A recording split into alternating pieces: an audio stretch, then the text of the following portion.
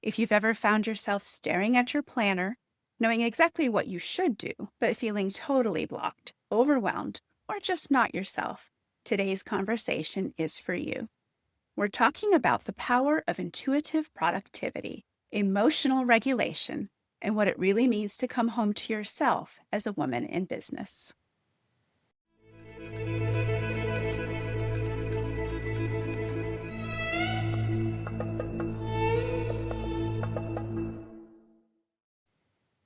Welcome back to Productive AF, the podcast for high potential women, late bloomers, and second act entrepreneurs who are done with burnout and ready for real sustainable progress.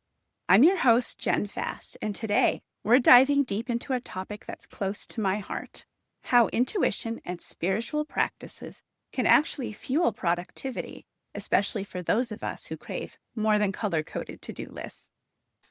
I'm thrilled to introduce today's guest, Diana Dorell. Diana is a third-generation medicine woman, intuitive relationship counselor, and spiritual mentor based in Arizona. She's helped hundreds of women move from overwhelm to clarity by blending practical tools with deep, soulful wisdom. Diana, welcome to Productive AF. Thank you so much for having me. This is going to be so much fun. I already know it. Well, before we jump into all things intuition and productivity, can you tell us a little more about your journey? What drew you into this work, and what exactly do you do? Yes, of course. I actually started out as a psychic. I was living in San Francisco and learned how to use my intuition to do readings. And I always thought it was so funny because I remember my good friend Zach took me to a workshop and he said, we're going to use these things called oracle cards. I'm like, okay. And I knew what card was going to go down before it did. And he looked at me and he was like, I know you're doing this for fun, but you could really like do this. And so, I come from a long line of healers and clairvoyance, but it never was really a part of my business until I would say like my late 20s and early 30s. And I found over and over again that women who were high achieving, very accomplished, but didn't necessarily trust their inner voice kept coming to me primarily for relationships, but also for business. And what I found is like the same voice, right? Our intuitive voice, it's like it goes across any area of our life. So if there's a certain area that you're doubting yourself in, just shifting one area can shift the whole. And so, I kind of transitioned from being a psychic slash oracle reader into more of a coach. So I got certified as a life coach. And again, the themes kept coming: relationships, self-confidence, business. How do I trust myself? How do I get past this feeling like I'm doing so much, but yet I feel so empty on the inside? And that's really my mission in the world, is to help women to really activate their feminine power, their feminine knowing, and live lives that really make them feel lit up from the inside out so that you can magnetize anything you want, whether that's a soulmate relationship, whether that's, a new friendship, and certainly in business, if you want to really use your natural energy and not go against yourself. And that's the space that I play in. Well, that was so fascinating. And I'm going to ask you a little bit more about that in a minute. But let's get into intuitive productivity, which might sound a little woo to people hearing it for the first time. But I know we're both all about blending intuition with executive function friendly systems. How do you define intuitive productivity, and why does it matter for women in our community? Yes. So intuitive productivity to me means you are using your natural energy, like what feels most natural and aligned for you, to get the highest quality work out of yourself, out of others, out of delegation, and really not fighting yourself. If we were to just distill it down, is like, how do you stop fighting what's natural for you and maximize what is so that you can get more done? And it's really important because especially at like the C-suite level, a lot of my clients are in the C-suite level, or they're, business owners, and they have a lot of people that answer to them and like just managing a ton. And if you are letting your energy go in a billion directions and kind of in more reactivity versus response, you're going to burn out. It's just the way it is. And so, if there's any tools that I can offer, right, these women to slow it down, even if the outside world and the demands are very fast paced, is reframing and normalizing the slowdown internally that's going to help you to be the most effective in every part of your business. So, the tools that I'm going to share today are going to be a blend, certainly, of maybe some that you've already heard, but from a different angle, and then also some unconventional strategies that, my clients have used to really maximize productivity and trust themselves. I can completely agree and second the experience of like highly successful people. I was actually the executive assistant to several C-suite executives over the last 10 years. That gave me the opportunity to see what is it that makes them successful, what sets them apart, and watched a lot of them put too much on the plate and burn out and get Yeah. confused and get overwhelmed. And funny enough, found myself in that same situation just a few months ago, burned out, had Mhm. enough. It was affecting my physical health. And I ended up just quitting. I just left and Wow. decided it Yes. was time to focus on my own health and my family and starting a business of my own. And so that's kind of how I even arrived at this moment. One thing I definitely agree about is the executives that can stay in the game and be very successful at it are the ones that can slow down, prioritize, get clarity, Mhm. and have a strategy in place for handling these situations. I know that my listeners love a practical takeaway. You just mentioned some tools that you're going to share with us. What's Yes. one ritual or tool that you use to help women tune into their intuition, especially when they're feeling emotionally dysregulated or overwhelmed? Yes. So I have an acronym for your listeners or watchers. And Please. the acronym is PRODUCE. So if you are a note taker and you're listening, like you can just put PRODUCE down the line and we'll just go through them because some of them connect to the other. So the first is, we already spoke to it very briefly, but it is prioritizing what deserves your attention. Right. And I use that word deserves because it's about rewiring ourselves from an identity of overfunctioning, from an identity of my worth or my success only comes with, I'll give an example, like how fast I respond to emails, how fast I can put out those fires, how fast, somebody sees me as helpful or the problem solver. And if we dismantle all of that, to trust your intuition is first about noticing, what your vision is. What's your desired feeling in any given situation? I want to feel calm. I want to feel in control, right? I want to feel um, successful. Okay. Then, based on that, and looking at my mile long to do list, which ones are in the A priority? And I always suggest to my clients, get into your body. So if it's wiggling your toes, right? If it's taking a couple of deep breaths, later on, I'm sure we'll talk about I have a free gift for all of you. It's a meditation to help you get out of your head and it uses binaural beats. That's something I do every single day that really helps me to kind of stay out of overactivation and into grounded presence, which is that space of your intuition. But prioritize what gets your attention and don't apologize for it, right? It's not to say that everything on the list is just, not important, but some are just not as important as others, and it's okay. The R in produce is reducing distractions. So, alongside prioritizing what gets your attention, you also know yourself better than anybody, right? What distracts you?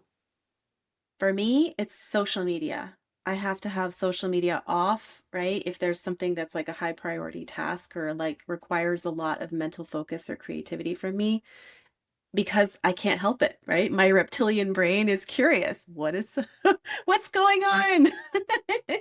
So reducing distractions. And then the O is operating, and this is a very powerful tip if you can be consistent with it, is operating within your prime energy window.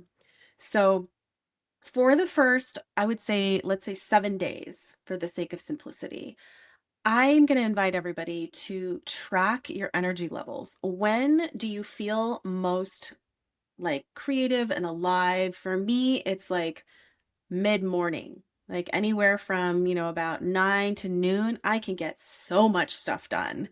And it's also when people want most of my attention. So I've had to like consciously delay responding until the afternoon because I know that's my high productivity window. Now, this isn't always going to be perfect, right? Because depending on the nature of your job.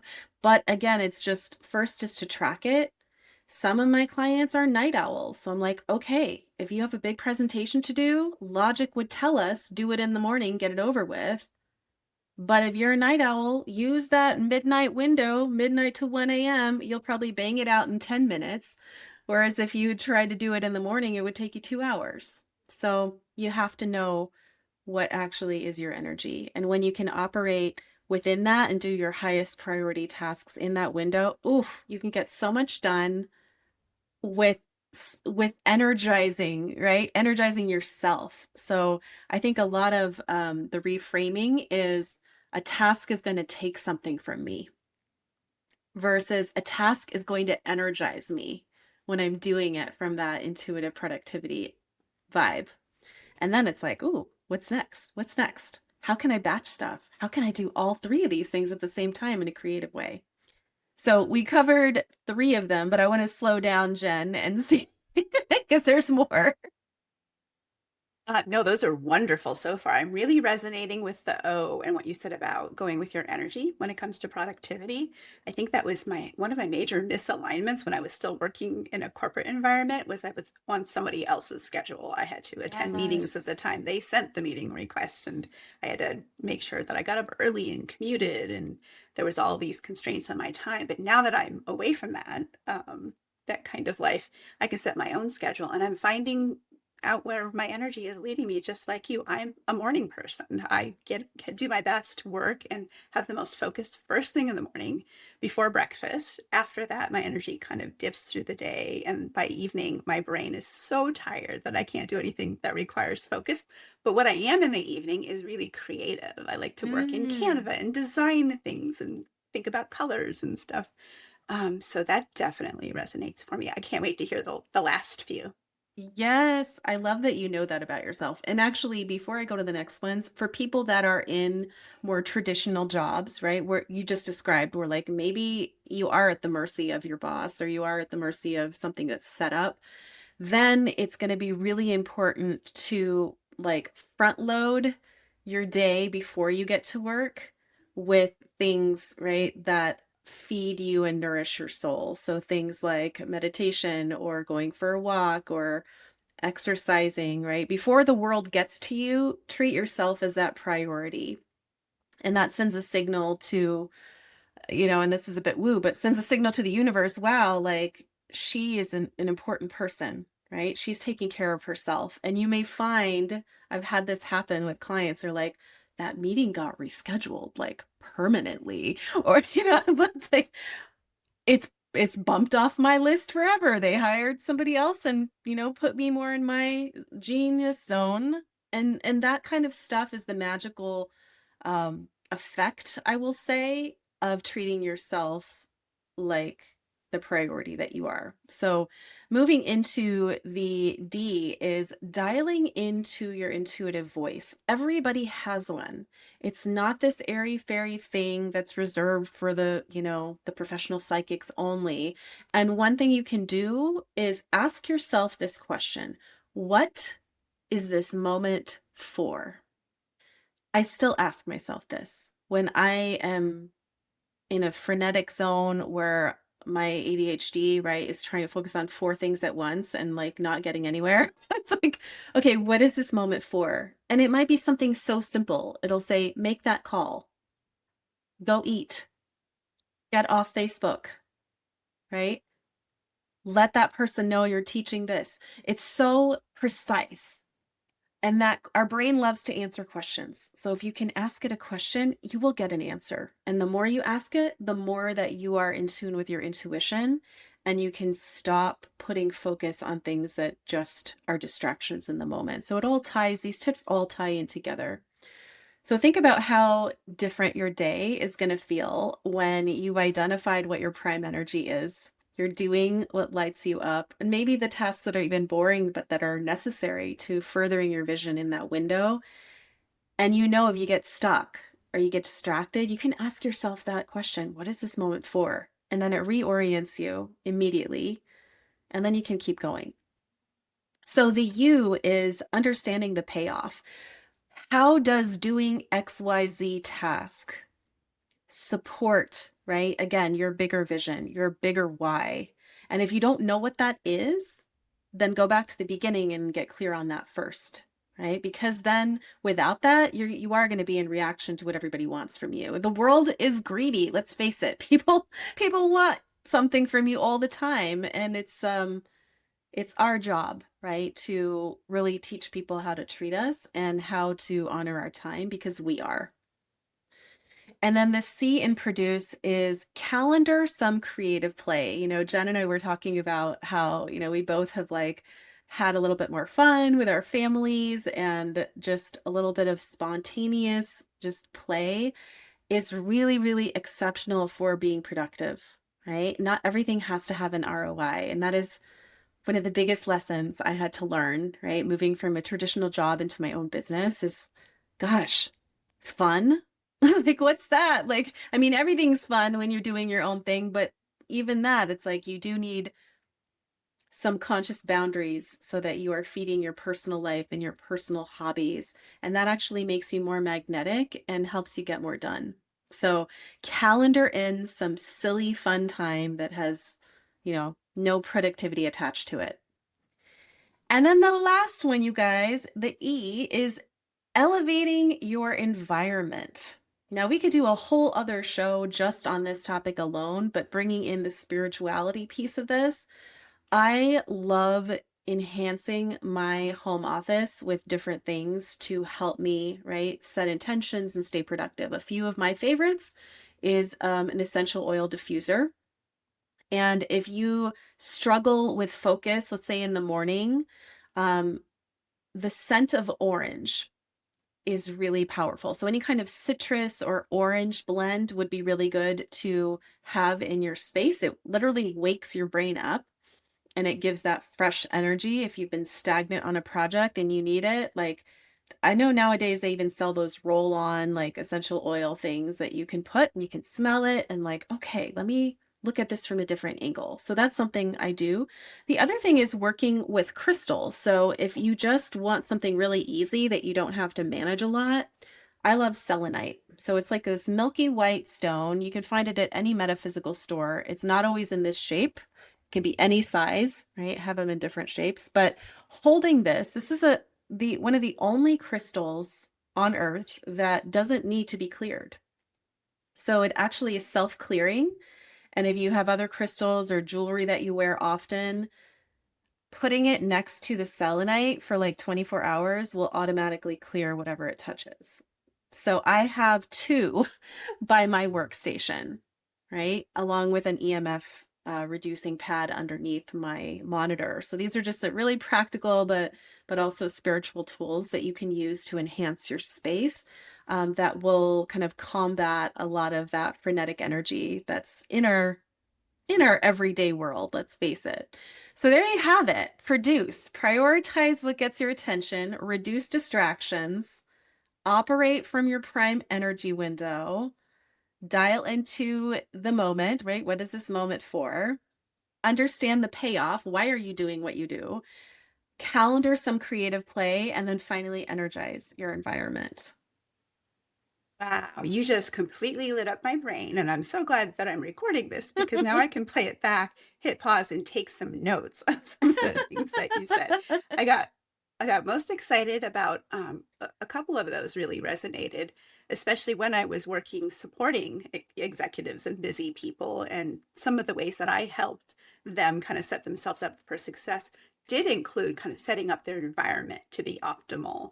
I Mm. wanted their office to be a place that was serene and a haven. And you know what? I would bring in a blanket and drape it, behind their chair. So if they got Yes. chilly, they had a comfort item. Art that resonates, photos of their family and art that their kids did was something that really centered them and reminded them why they're even there. Like, why are you coming into work every day? And I do this in my home office as well, make sure that there are plants and natural sunlight. All of that resonated with me. But I love also going back to the calendaring, because as you know, an executive assistant lives and dies by the Yes. calendar.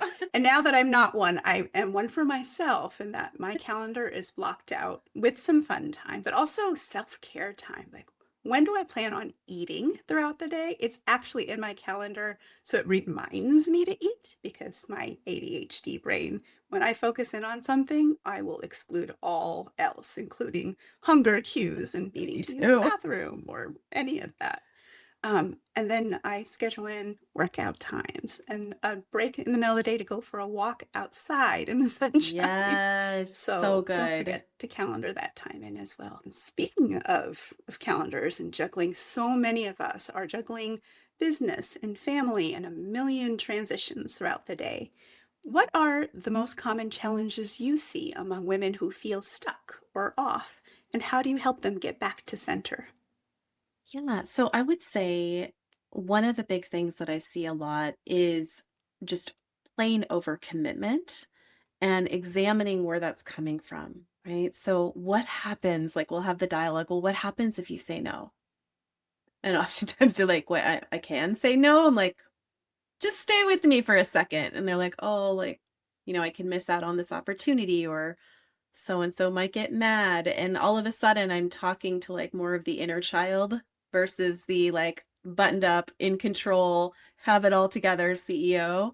And so looking at where is your drive coming from in any decision and seeing like, is it actually something that like you want to do, or is it something that you feel like you're doing in defense, right? In defense of a potential backlash or potential judgment. And the more that you can get comfortable with saying no, actually just saying the word no, right? It may feel weird. And I often say like it's very common to be in control in one area of our life and to feel very out of control in another. So the pattern that I'm seeing with a lot of my clients is like, again, career, business, they seem to have it all together. But then personal relationship to themselves, right? Maybe health, maybe something else. They feel like a little girl and they feel really bad about that, like that disparity. When really it's just, right? That little girl or little boy in us just needs that reassurance. It's okay to not have it all together. It's okay to say no. And the more that you can say no to the smaller things, the bigger things are much easier. And then your yes means something so much more powerful. So it's like, wow, when somebody says yes, like it's a full body yes. Because whenever we say yes and we really mean no, that other person or that organization, they get a diluted part of us, right? They don't get the full experience. And that's kind of out of integrity, right? And when I reframed it like that for my clients, they're like, ooh, because integrity is a big thing. So hold out for the absolute yes if you can and practice saying no. That would be my number one tip. Agreed. For me, especially if you've not had a lot of practice saying no, or you're afraid of negative consequences of saying no, sometimes you just need to practice it more or Yeah. use a different word. Use a not right now, but here was what I can offer you, or afraid I can't do that today, but, and then the other thing is realizing that no is a complete sentence. You don't have to justify yourself at all if you say no to someone, and your tone of voice will matter, of course. You always want to be gentle with someone, but I feel that sometimes you just need that practice in saying no in the way that's authentic to you. And here's the clincher, Jen. First, we have to practice saying no to ourselves, right? It's like, Oh, you want to go distract yourself with this last minute invitation when you know you have this priority? Like, you have to say no to yourself. Like, no to that part of our brain that's like shiny object syndrome all the damn time. Right. And there's that self discipline and self love that comes into play. So, yeah, start where you are. We're all imperfect. We're all doing this life imperfectly. And that's part of the fun, too.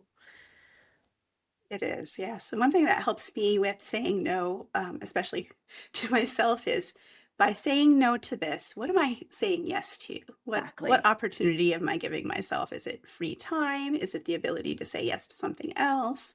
Is it the ability to prioritize something that will move me forward towards my goals? So that's been helpful. Yeah. Exactly. And that loops back to our you, right? Understand the payoff. And when those random things come in, it's like, ooh, that would be fun. But would I feel worse about myself if I didn't continue and follow through with this other thing? Okay, maybe I can say yes the next time. Or, you know what? I feel like I'm in a good stopping place with this. I will come back to it after I say yes to this. Like there it's not a perfect system, but I think the intention is the most important. Agree. Yes. Getting a little bit personal now. Can Yeah. you share a moment from your own journey where you had to practice what you preach? Maybe a story where intuition made all the difference. Okay, so what's coming up is I remember I remember that my friend was speaking at a really big event in New York City. And I saw that they were still accepting like speakers. And this was like at the beginning of my business. And I'm like, I'm so not qualified for this at all. But like my whole body was like, just apply, right? Like just go for it. And so I did have to override some, fears and insecurities. And I filled out the form. And it was also like one of the first times that I publicly said I'm a psychic. Like who's gonna see that in my, former other lives? And then I got rejected and it was weird. I got like an acceptance email and then like 2 minutes later I got a rejection email. And I'm like, what? Like which one is it? Again, the power of discernment. And here's where it gets really funny. I didn't really know how to properly use at the time Twitter. So I am bold and I think I'm DMing the organizer of this event. I got an email and no, no, no, and this is why I really feel like I'd be a good speaker. I'm a little confused. The whole conversation was on his wall with his like 100,000 followers. And I'm like, oh Lord. And my friend had to point this out. So, but again, I was listening to my intuition and snafu aside, he was like, that was a mistake. You actually are supposed to be in the lineup. Thank you for messaging me. And I was like, oh my God. So I ended up appearing like in one of my first speaking engagements in New York, talking about intuition and basically being outed as a psychic, outing myself in a way that I didn't expect. So sometimes you just have to go for it and it's not going to be perfect. It's not going to be pretty, but if it's supposed to be, it will. And something great will always come out of it when you are just following that nudge. It was a great example. Thank you for sharing that. Yeah. It just so happens that one of our core values here is progress over perfection. Zero shame, Oh, all lived see, experience. In fact, I usually say there is no failure, only feedback. So that's something to think about. I like Um, that. how do you help your clients and yourself release shame and perfectionism so they can actually move forward? Yes. So I am really good at tuning into a person's energy. And this is where the psychic piece is still very much in my practice at channeling a specific like forgiveness mantra is what I call it, but you can call it like an affirmation that I will have them repeat and do some EFT tapping on for 30 days because shame comes in layers. It's not just the surface thing that they think it is. There's stuff and emotions underneath that. So all we're trying to do is normalize, right? And like give more energy and attention to that sensitive part and reassure it because it just wants to feel safe. It just wants to protect you. it knows logically it doesn't need to hang around, but it's still there, right? And we all have it. So using forgiveness rituals and mantras and EFT is one of my go-to techniques with clients and also myself. But the bigger piece of that is knowing that, if you feel ashamed of some part of your past or the way that you chose to show up in a certain situation, it doesn't have to be a whole identity, right? It can be, like you said, a moment in history that actually really changed you at the molecular level and right? And got you to the point that you are here, right? Like observing it and looking at it. People that don't care, people that, don't have integrity and morals, they don't ever stop to try to address the shame. They just keep on going. And so the fact that you are wanting to address it says a lot about you. And that's a just like that self-love piece of, wow, I really acknowledge that this is a sensitive part of me and I'm ready to shift it. And that starts with self-acceptance. Shame is a tough one. I think we've all felt it. For me, it usually comes from mistakes, that I've made in the Yes, me past. But too. I also, yeah, I try to reframe it too, and think, okay, as long as I learned from it, it's not a failure. It's feedback. But I also try to remember that my past mistakes don't have to be a life sentence. It's Yes. important. Oh, Yeah. that's really good. I love that. Yeah, because oftentimes, right, we'll beat ourselves up and it's like we need to punish ourselves more, even though like the event is long gone and whoever was involved like maybe doesn't even think about it or care, but we do. And so, yeah, giving yourself permission to close the loop energetically and emotionally and say, wow, that had its place in my story. And now, right, I'm ready to take the best parts of that experience and become a more elevated and aligned version of myself. So thank you, shame. Thank you for all of the lessons. I think another thing that helps, us move on from those past mistakes or those shameful moments is remembering to celebrate like the wins and the good stuff. We spend so much time focusing on the negative. I think we need to focus more on the good parts and the things that we did right. So here I like to talk a lot about celebrating even messy wins, even the ones Mm. that were not perfect and maybe we're a hot mess and maybe they seem small to us, but the more you celebrate them, the more you reframe a negative experience in your life. What's a small imperfect win that you've celebrated recently? Hmm. So I told you at the beginning, right? Like I already know myself and social media can be my time suck sometimes. And it's also fun for me. So it's like a love-hate relationship. But I recently made the decision to experiment with deleting the apps on my phone for the weekend. And it was interesting, right? Like I had that impulse, like an addict. I'm like, but is that fair? Like, should I just put it on for 2 minutes to see if someone responded to that one post? Should I go on my desktop? And my husband's like, we're leaving. Like, we're going to the restaurant. Like, it's gonna be okay. So I was able to do, 24 hours. It wasn't perfect. I did put the app back on the next day, and noticed, right? And was loving with myself. Why am I going on today? Today's Sunday or whatever it was. Okay, maybe next weekend we'll try 2 days again, right? But let's celebrate the one day that you had some mental bandwidth and freedom and experience the discomfort of withdrawal.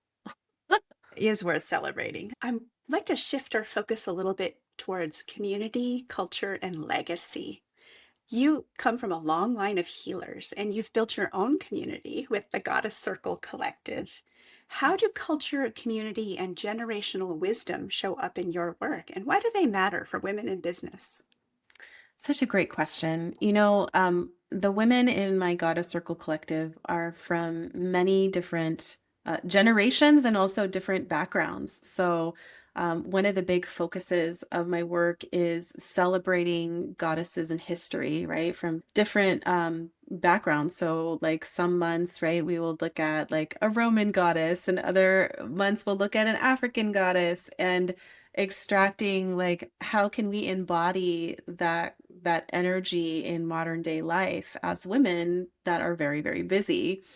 And so it's always kind of the framework, right, is about inclusion and about drawing upon different cultures, even if it's not our own.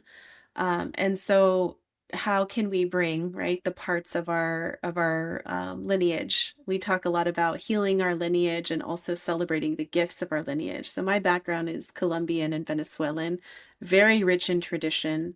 And we've got, like I said, ladies from all over. Some are from, London, and others are from, you know, LA. And so we each bring our own little flavor. But even in the private work that I do, a big part of moving past your blocks to manifesting, whether it's the relationship or birthing a business for the first time after going through a transition, it does have to do with looking at the maternal and paternal lines and facilitating, right, some healing work and some repair in the family system so that you're not carrying a lot of the trauma with you in this iteration, right? And also celebrating the gifts that were given to you as well. So it's not about one or the other. It's like, let's integrate the best parts, release the parts that are no longer needed, and move forward.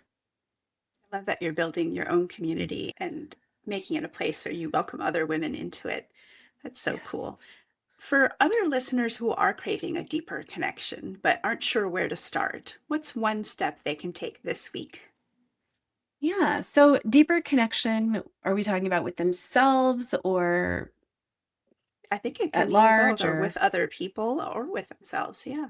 yeah. So it always comes back to our relationship with ourselves. So I would say the first step is to look at where you are avoiding yourself, right? Like where are we distracting ourselves from feeling something? What are we using to distract ourselves?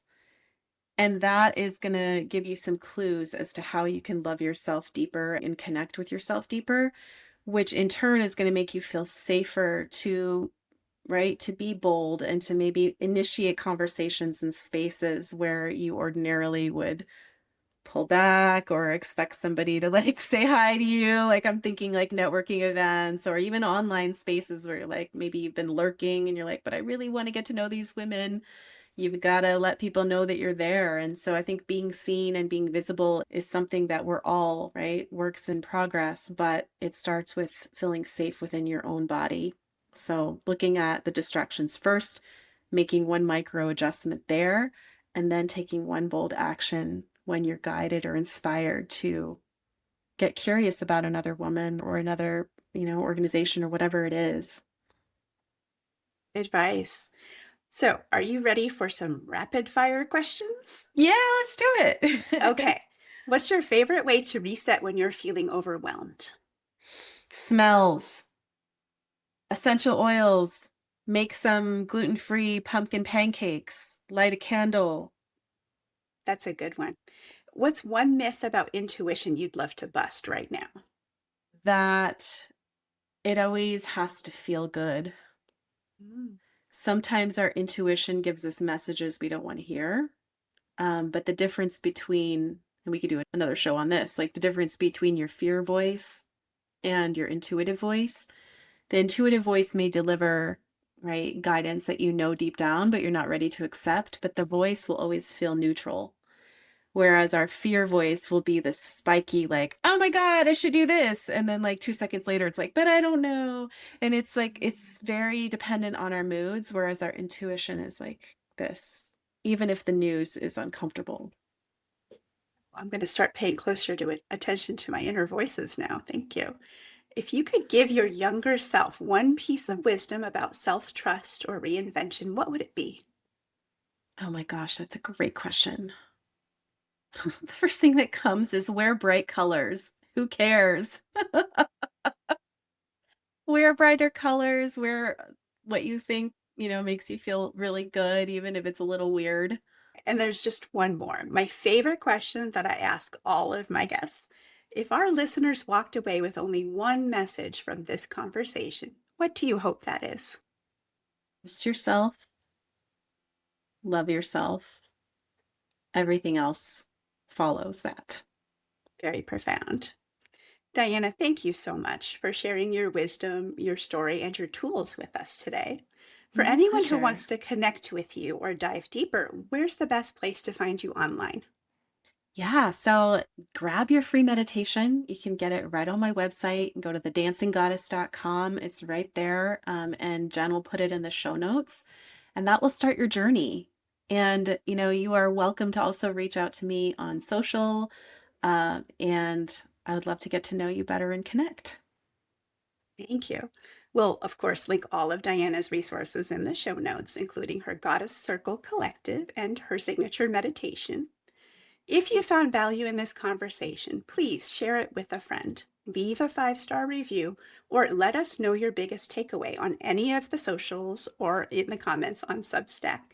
Remember, progress over perfection, celebrate your messy wins, trust your gut, and I'll see you next time on Productive AF.